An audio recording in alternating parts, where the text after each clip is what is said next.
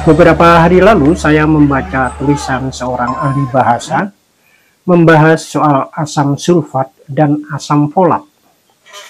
Bukan penjabaran pada aspek kandungan kimiawi, tetapi soal salah pengucapan dari sisi ilmu kebahasaan.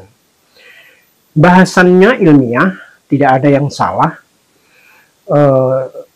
apalagi dengan rujukan akademik yang bisa dipertanggungjawabkan.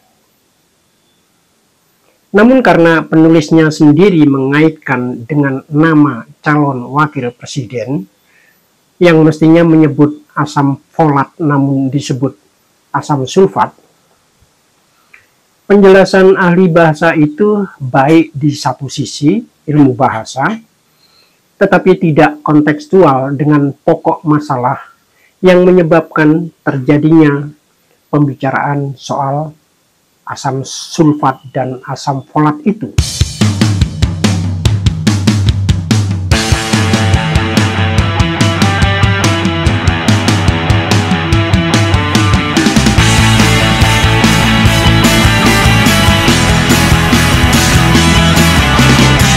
Saudara-saudara sebangsa dan setanah air, sedunia nyata dan dunia maya, yang ternyata nyata juga.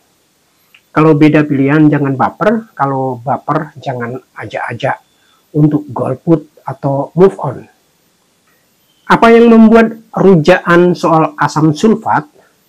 Yang membuat rujaan netizen tentu pada konteks anjuran cawapres untuk asupan asam sulfat bagi ibu hamil.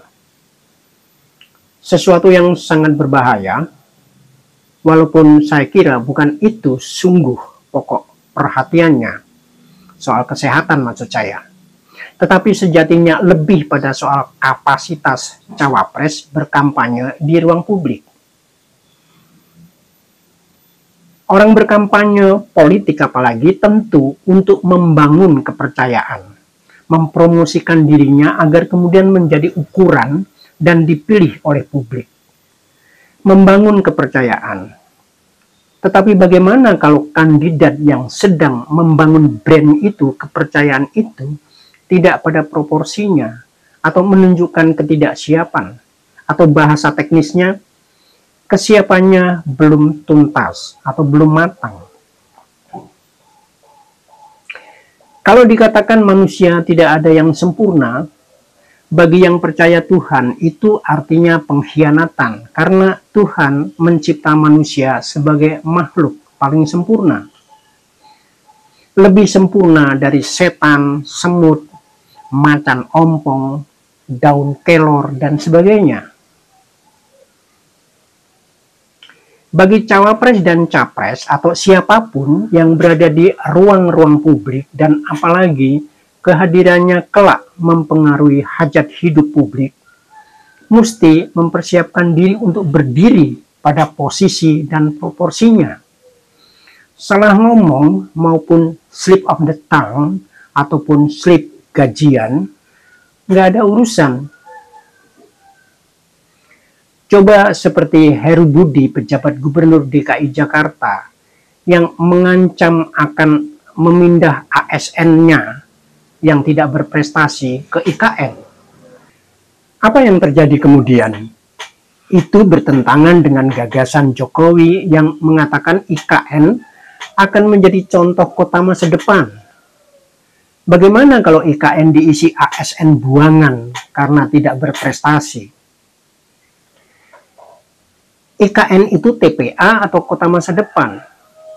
Demikian juga Ade Armando sebagai anggota dan caleg PSI, di antara kritiknya pada para mahasiswa yang berdemo menolak politik dinasti di Yogyakarta.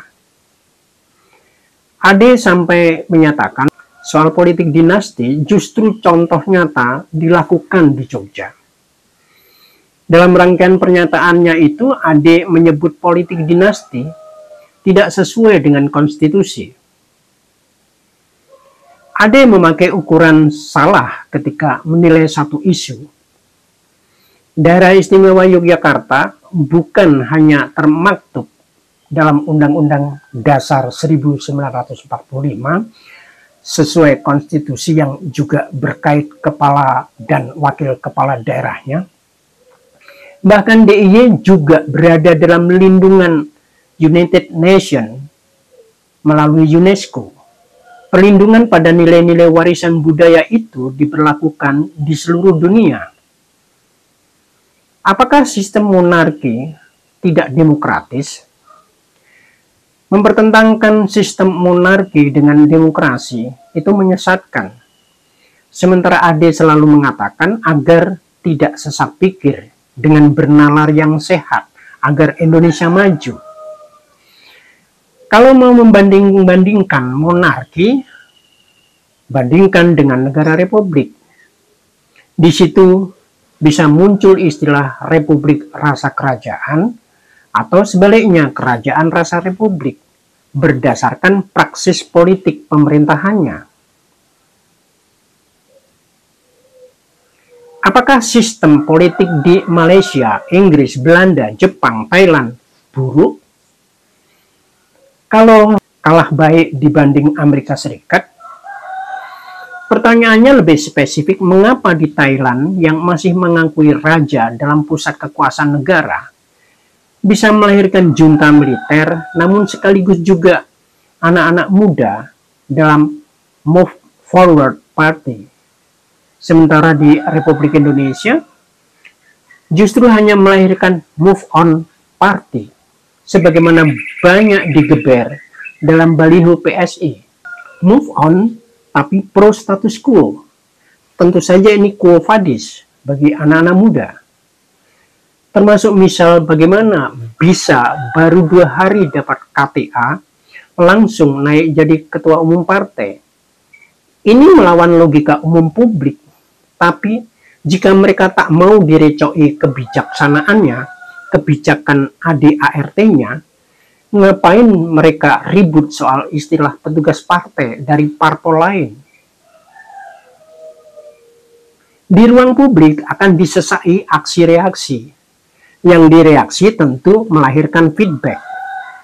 Ketika Kaisang mengatakan tidak tahu sejarah Orde Baru karena belum lahir di zaman itu, ketahuan kapasitas dan kesiapannya berada di ruang publik yang korelasinya beda antara karyawan dengan owner perusahaan. Sementara itu, anak-anak muda seperti Seno Bagaskoro, Melki Sedek Huang, Muhammad Nur Arifin, atau Alam Ganjar harus menyiapkan diri begitu rupa untuk tampil ke publik dan mendapatkan kepercayaan. Jika saya memposting sesuatu, apalagi yang bau politik, saya menjadi bisa tahu teman-teman saya pandangan politiknya kemana. Saya tidak memperdulikan itu, karena itu hak masing-masing. Yang sedih jika mereka diam-diam memaksakan pikirannya sebagai yang paling benar. Jika kehabisan argumentasi pada teks yang diperdebatkan, larinya ke teks yang bersifat filosofis atau ke nilai moral. Tujuannya mendelegitimasi atau mendegradasi argumen liang. Pengkritik itu katanya lebih rendah dari yang dikritik. Itu persepsimu sendiri. Pikniklah lebih jauh dan kau akan bertemu cakrawala. Teman-teman saya selalu asik. Ada yang berpandangan kita gampang melupakan jasa baik seseorang.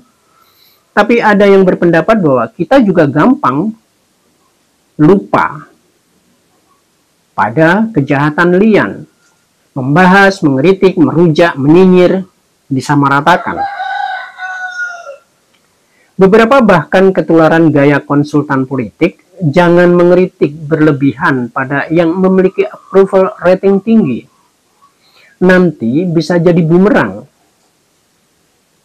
Saya tidak tahu norma apa yang dipakai. Saya tidak sedang berkampanye, tidak ada urusan dengan kalah dan menang.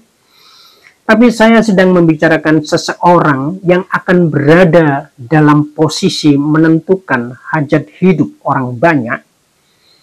termasuk saya, keluarga saya, anak-anak saya, cucu-cucu saya, kalau saya membahas keburukan atas kelakuan buruk penguasa yang akan berdampak secara sosial politik, saya tidak tahu di mana salah saya mempermasalahkan hal itu. Hingga harus dikata, belum tentu saya lebih baik dari dia. Kok dibiaskan ke nilai-nilai private yang subjektif? Belum lagi rundungan klasik, makanya kerja jangan medsosan mulu. Di situ kita acap tidak proporsional karena tidak melihat dalam proporsinya. Teks dibandingkan dengan konteks, namun jembatan logikanya dihilangkan. Tak menemu teksnya dibiaskan ke hal yang normatif filosofis, tetapi kehilangan substansi dan tak ada relevansi. Terus kemudian marah-marah, mengejek-ejek kita untuk ngapain bermedsos. Karena memang tidak mudah menegakkan benang basah. Apalagi benang basah yang gembusi.